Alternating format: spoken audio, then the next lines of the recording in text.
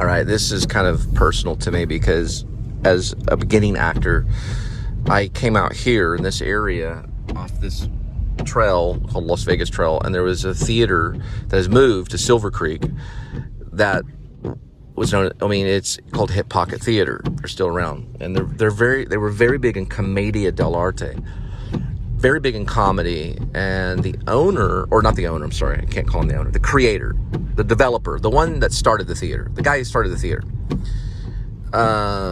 which is a non-profit theater. He is a mime, so he studied mime. So the first thing we learned, you know, was to be quiet, or we get yelled at sometimes. But he did just completely original, you know, auteur original. But he was the one that told me, you got to check out Marlon Brando. You got to watch Marlon Brando. And Marlon Brando was still alive back in the day when we started. And I did several plays out here, like at least more than 10 or so. And it was started behind this barbecue place right here. It's called Oak Acres Barbecue right here. And they ran it for a while. The daughters had worked with a lot of people. Like one of the daughters worked with Julian Taymor, who started Lion King on War Horse. And the other daughter worked with Uta Hagen. And even our review got put into Uta Hagen's lap. From the Star Telegram, it was brought to New York, and she like read the review because we did Waiting for Godot out there before they moved it to another place. They moved it down the way to Silver Creek. But it's an interesting, you know, the concept of that theater. It has a history, and they do have a website, Hip Pocket Theater, in Fort Worth.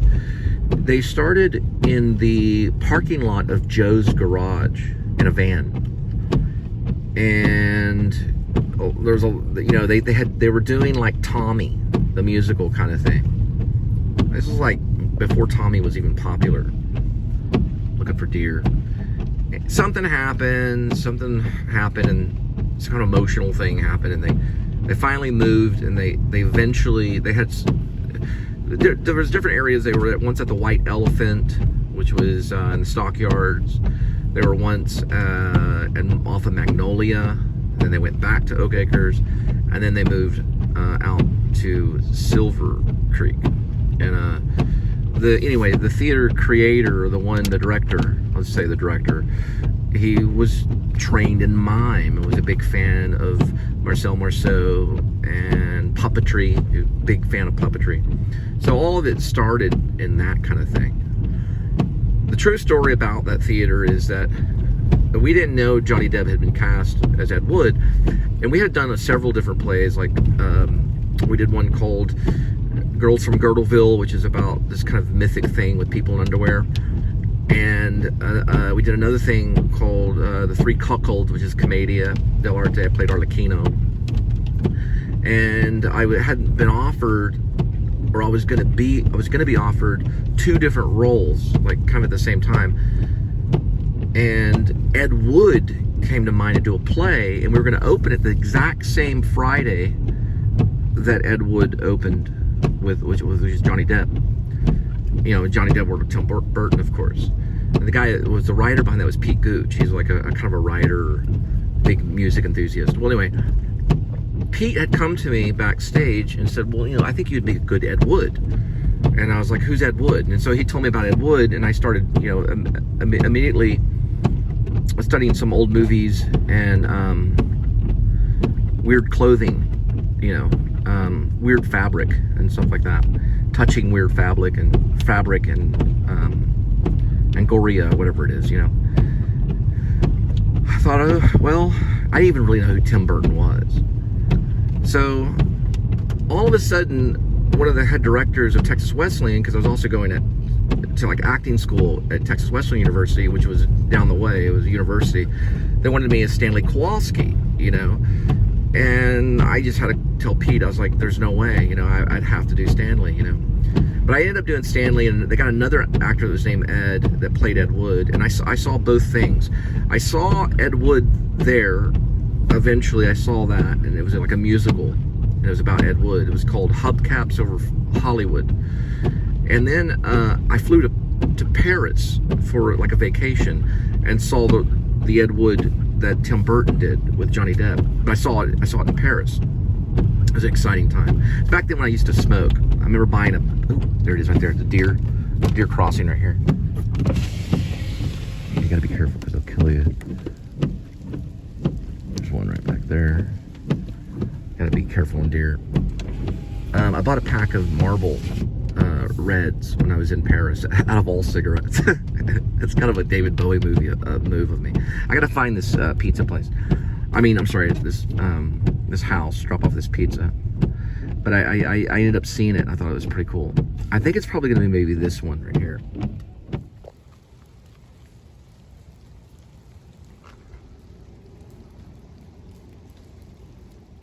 Hi.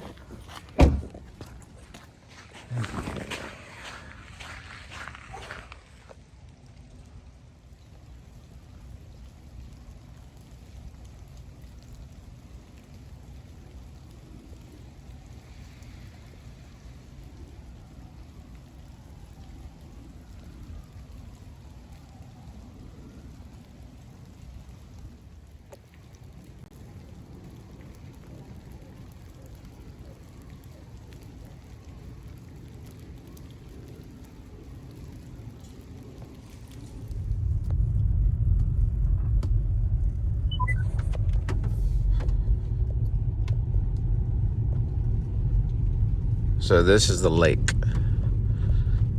of Worth, or Lake Worth. The rumor, I know this is just rumor, there's supposed to be a Lake Worth monster. I don't know anything about the whole myth of it, but that's the rumor, and it inspired Johnny to write a musical. It did make it on film, so they did put some of it on film. I've seen some of it, but it's a musical loosely based, or just based on the Lake Worth monster, which is supposed to be kind of like a swamp thing. Like a swamp thing monster with big feet. And it's supposed to live out here somewhere, and it haunts people. But they made a musical on it a long time ago, and it made big news. But Johnny really worked on a lot of music with a guy named Doug Ballantyne. He has a record too. This is like a album record, like a vinyl. And he has a vinyl of some of the music and stuff. It's pretty cool. Ballantyne worked with Hip Pocket from like the late 70s all through the 80s almost nearly, and did several musicals with them. Puppetry was big in Hip Pocket. And Lake, his youngest daughter, she excelled in the puppeteer aspect of it. And the older daughter, Lorca, was big in the acting, had worked with Eddie Murphy in a thing called Pluto Nash. She played a reporter in it, small little role, and ran off to England to marry there, and had come back, and they bring in shows all the time. Everything I see is pretty much some of it's Broadway level, and then some of it's community theater, but it's what it's a place where you do theater, it's live theater.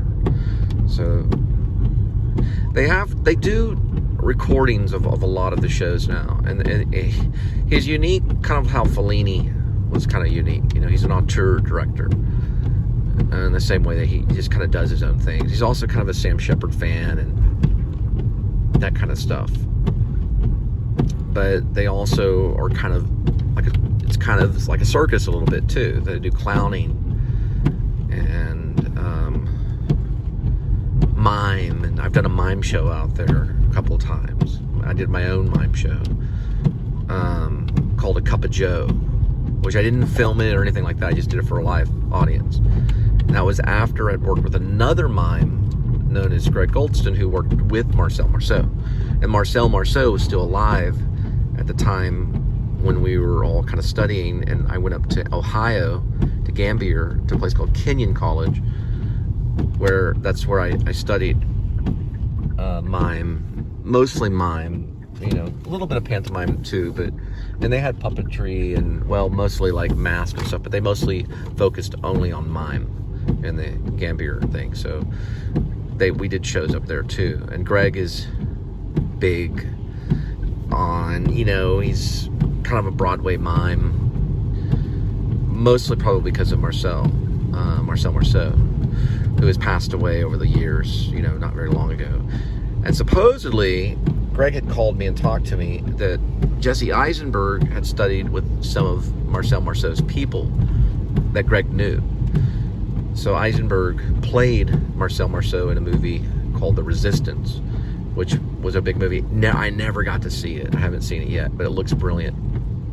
And it's about Nazi occupation of France and Marcel Marceau rising up to resist with the French resistance, and then also to help out. I think it was like 10,000 children or something like that. It led to the escape of like 10,000 children to, I want to say, the mountains of maybe Austria or Sweden or somewhere where it was safe, where they could be hidden from the occupation until their parents found them. Because one thing that I did hear from word of mouth on Marcel Marceau was when he was doing it, when he would, they pretended like they were kind of like scouts, like something similar to like Boy Scouts, and they hid the paperwork or the passports in sandwiches, in a picnic basket, so that by the time they got to a safe area, which would be Sweden or Austria or whatever,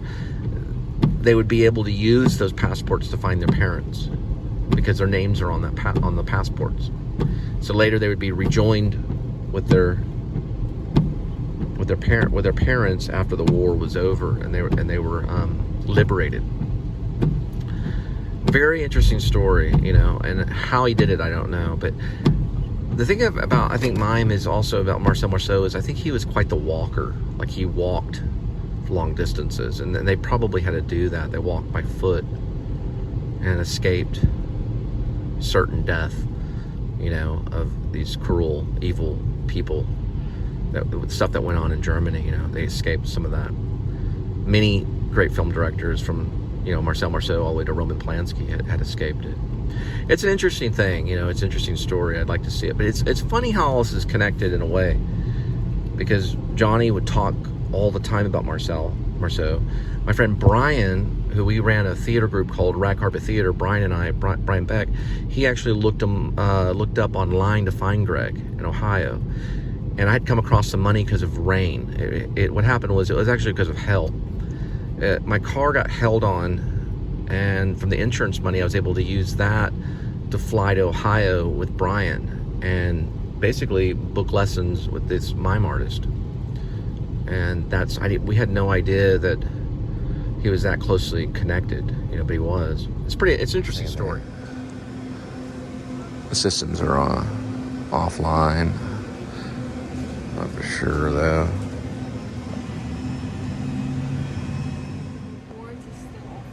It's a miracle it started working all of a sudden.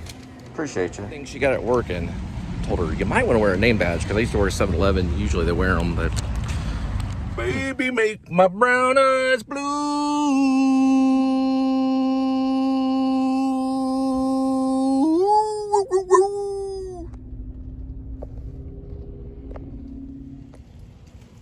Back to Thin Ice. Here's my assumptions on Thin Ice. It was done in 2011. Bob Balaban, of course, he's wonderful. He's done everything from Close Encounters, and he played the violin appraisal guy. He's also worked with Christopher Guest, wonderful comedian. And then you've got Billy Coldred, complete genius. He did Elephant Man on Broadway. Then you've got Craig Kinnear. Okay, this is my imaginations on Thin Ice. Okay, it has kind of a Fargo feel, only it's good, if not better than Fargo, because the murder in it's actually faked, because they blackmail a insurance agent that's corrupted, and probably, I'm thinking the Coen brothers may have saw the script, maybe, I don't know for sure. This is just what I'm assuming, and they probably turned it down. Now, they may not have seen it, but the writer was a female writer that was out of Wisconsin. She went to a university in Wisconsin. Anyway, I thought they downplayed the filmmaking. And I thought that was good. I think it's a good movie, for sure. It's worth a watch.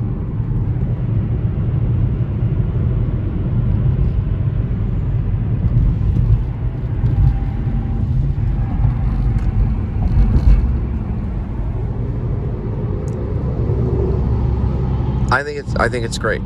But I'm sure it was passed around. And so it had mediocre filmmaking, which is fine, perfectly fine. When you see a great play and it has mediocre lights, it's still a great play, you know? Or if the setting is mediocre or the costumes are mediocre, it's still a great play. And I think it would make a great play if they turn it into a play, but I don't know if they will. I think it would make a wonderful play. Anyway, it was a lot of fun.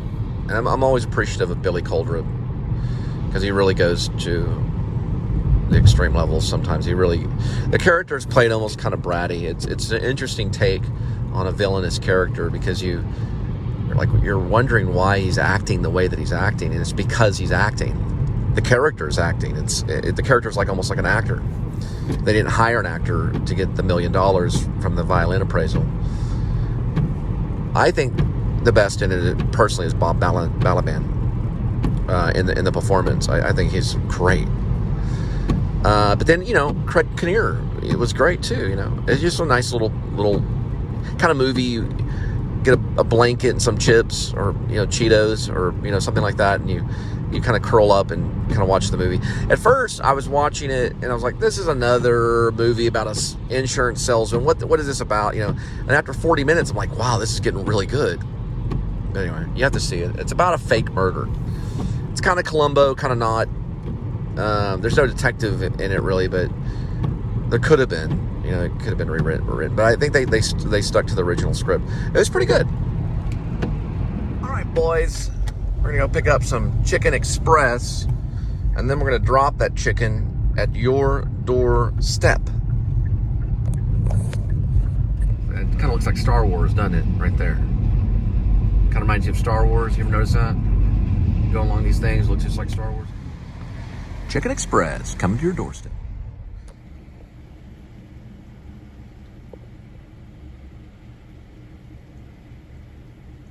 Where to that lady? They're closed, so.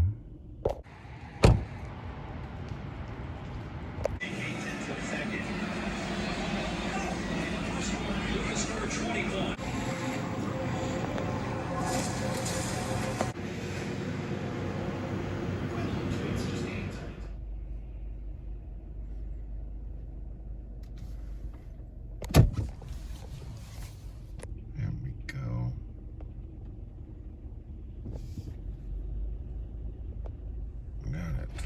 2 and 3.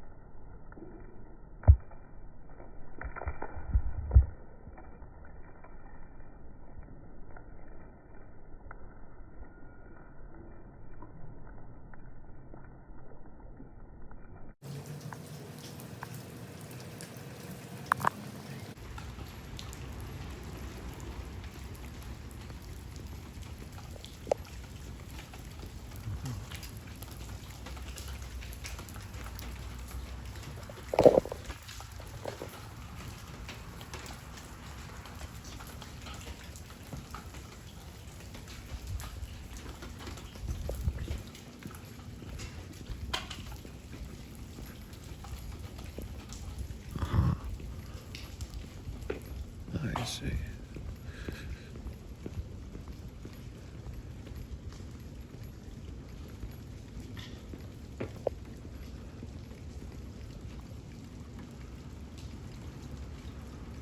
Huh.